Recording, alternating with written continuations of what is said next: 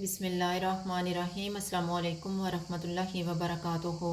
आज हम बना रहे हैं काफ़ी फ्राप्पे। 1 टेबलस्पून काफ़ी लेंगे, इसमें 2 टेबलस्पून गर्म पानी डालेंगे और मिक्स करेंगे।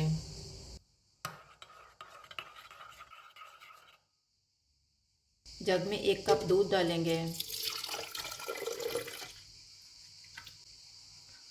काफ़ी वाला mixture, half tea spoon vanilla essence, 1 tablespoon चीनी, 2 tablespoon chocolate sauce, 1 cup ice cubes डालेंगे और ब्लेंड कर लेंगे।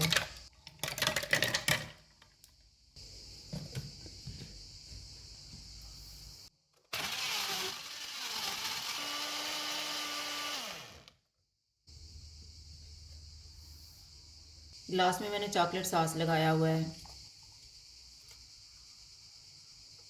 व्हिपिंग क्रीम और चॉकलेट सॉस के साथ डेकोरेट करेंगे।